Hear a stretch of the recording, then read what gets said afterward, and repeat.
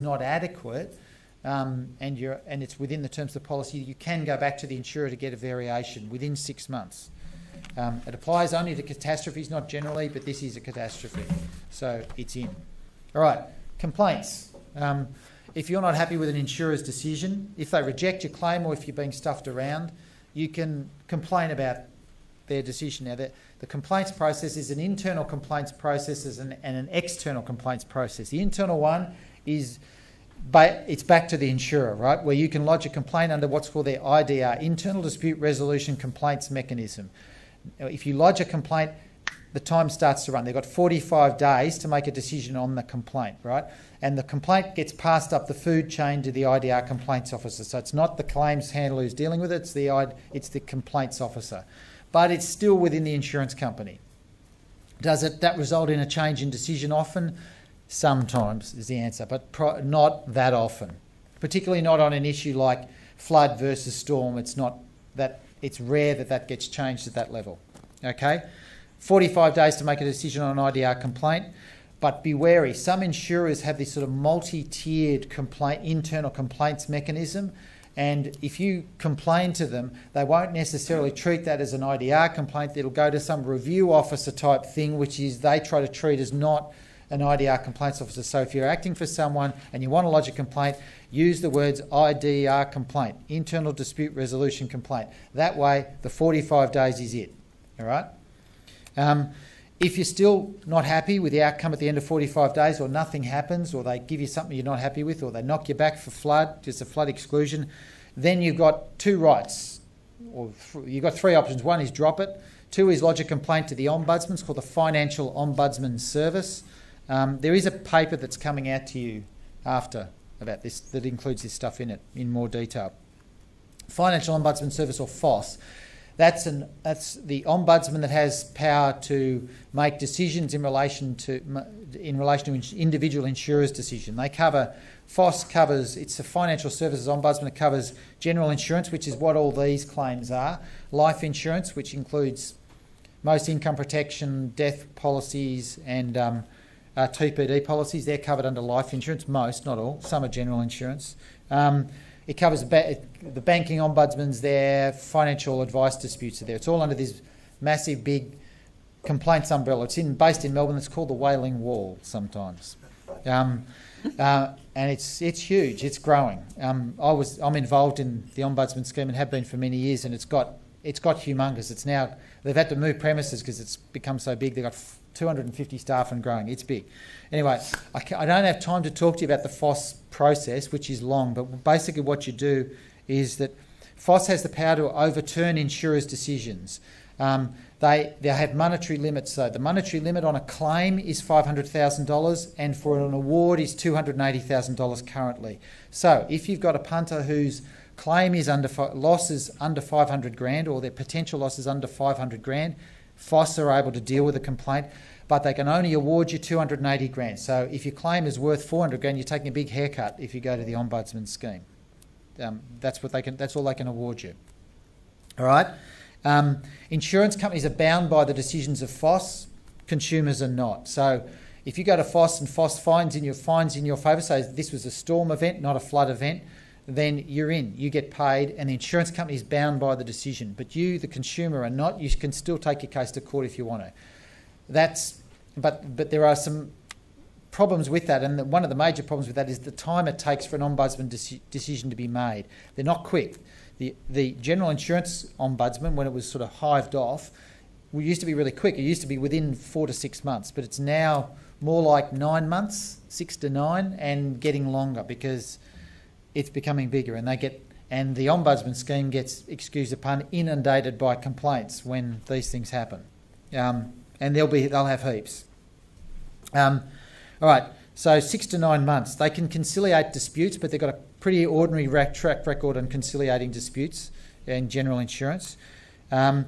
Determinations are made by either individual adjudicators or by a panel of 3 people, which is an ex-judge usually, a consumer rep and an industry rep. I used to be the consumer rep on the old life insurance version of that. There are no filing fees, so it doesn't cost the consumer anything to lodge a complaint to FOSS, and there are no adverse costs if you lose. The flip side is you get no costs if you win. You'll get your benefit paid, you'll get the claim paid if they find in your favour. Under the terms of the policy, you'll get some interest. It's under the Insurance Contracts Act rate, which is about 8.5% per annum. And that's about it. That's what you get. They have the power to award consequential loss. So if you've had to sell stuff up, sell your home at a loss or whatever, and you incur consequential losses, the Ombudsman's monetary limit on consequential losses is a lousy $3,000. It's crap. Unlike courts, which have got open-ended. The Ombudsman scheme has introduced this, which some of us are not very happy with, this multi-tiered process they've got now, where they do this investigation and then they make recommendations, which is done by a staff member, and then if you're not happy with that, then you can go to a full hearing before the panel, which is sort of, because it's multi-tiered, it becomes bureaucratic and takes longer. That's why it's taking longer. There are, yeah. Did the insurance industry put this together, or did government put it together? The initial thing was way back in the start of the 1990s. Sorry, the question was, did the industry put the Ombudsman scheme together or did government? The way it works is that as a term of its licence, a general insurer must belong to an EDR scheme, External Dispute Resolution Scheme, approved by ASIC. The only scheme approved by ASIC is FOSS, right? And so the insurance company signs up to FOSS. It's a contract. They have a contract to abide by its decisions and abide by its terms of reference, right? The terms of reference have evolved over the last 20 years. They have become a lot more consumer friendly than they were, my friend. In the old days, they were shocking, but they're a lot better now. They're not great. I mean, I've been involved over the years in the negotiations with the industry and with the over the terms of reference, and look, the system is okay. It's a perfectly viable system for dealing with complaints, but it does have its drawbacks. Okay, so there are very limited rights of internal appeal. Basically, if it's procedural fairness type things, but it's an internal appeal back to FOSS from a judgment, and you've got to lodge a complaint to FOSS within 2 years of getting the internal dispute resolution rejection from the insurer. Okay, not a problem now, but just keep it in your back of your mind if people from a couple of years ago or in a couple of years' time are looking at this stuff. And you can't go to the Ombudsman scheme without going to FOSS, without going through your internal complaint first. All right, that's that. Court's the other option. I won't talk about court. You can sue you'd be suing the insurer for breach of contract there. Okay. Really briefly, the cyclones. I'll just cover cyclones and I'll cover the Egyptian flood insurance, travel insurance. Cyclones are covered under policies. There's no exclusion under general insurance, no general exclusion under insurance policies for cyclones. But as I said before, there is an exclusion for tidal surges or storm surges, right? So you'll still have these issues about whether what wrecked your house was the tidal surge or the cyclone itself. So most Cyclone Yassi claims will be paid under policies, right? Just briefly, if any of you have had clients who have been in Egypt or trying to get back from Egypt, most travel insurance policies exclude war, rebellion, revolution, insurrection and a few others. I don't think the civil unrest in Egypt has reached that stage yet, so I think any claims, travel insurance claims arising from that should be paid, although there was talk in the paper a little while ago that Lloyd's of London were looking at whether they're going to cover people or not. Okay, I had to rush through that. Has anybody got any questions quickly before we finish? Yes? Can you run a litigation case at the same time as going to FOSS? The question was, can you run a litigation case at the same time as going to FOSS? The answer is no, but what you can do is if you issue proceedings in court, if you've got proceedings already issued, or if you issue proceedings in court, you have to undertake to put them on hold to proceed with an Ombudsman complaint. You can then go back to it if you failed at the Ombudsman later, but you can't proceed with it. Yes? Has anyone done, like Choice Magazine or something, done a comparison of the major insurers and what the default policy covers and what doesn't? I don't know. I subscribe to Choice and I know the head of Choice, and yeah, I don't know if they've ever done it. They have periodically done stuff on insurance in the past, and I think they probably have. My guess is that they'll be doing an update on that pretty soon, and they'll do something like this. I can reel off some names for you, but one problem will be, I mean, the moment the Suncorp, There's about 4 insurers who provide cover for flood in Queensland. 10 years ago, there was no such thing as flood cover. Well, 15 years ago, no such thing as flood cover. Then some insurers started introducing flash flooding, and now you've got this thing where some cover it, some cover floods, some don't. But query whether, with all the talk about reinsurance premiums going way up, whether flood cover will be available at the same level it is now. Yes?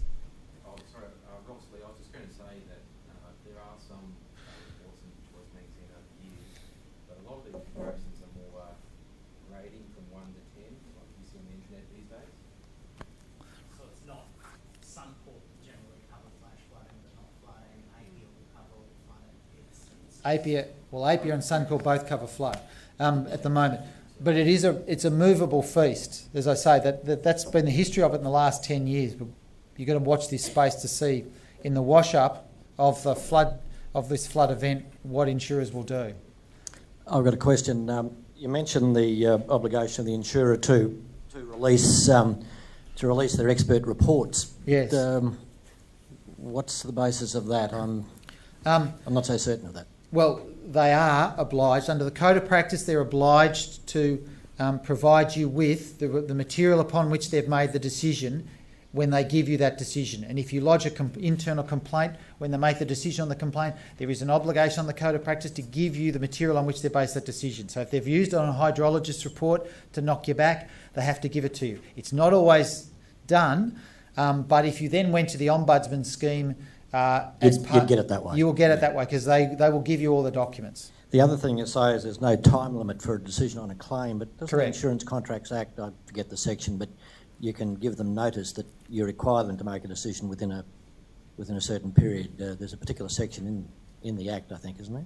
No, there's not. There's no absolute requirement to make a decision within any particular time. I don't think it says 30 or 45 days. But no, it's not. There's nothing in the Insurance Contracts Act that says that either. There is talk at the moment of the Code of Practice being amended to introduce a clause that will say, for example, 6 months is the absolute time limit to make a decision on a claim. Insurance companies will say there'll be cases where they won't be able to meet that time limit for various reasons, etc. Yes, any more questions? How are we going? Good? Very well.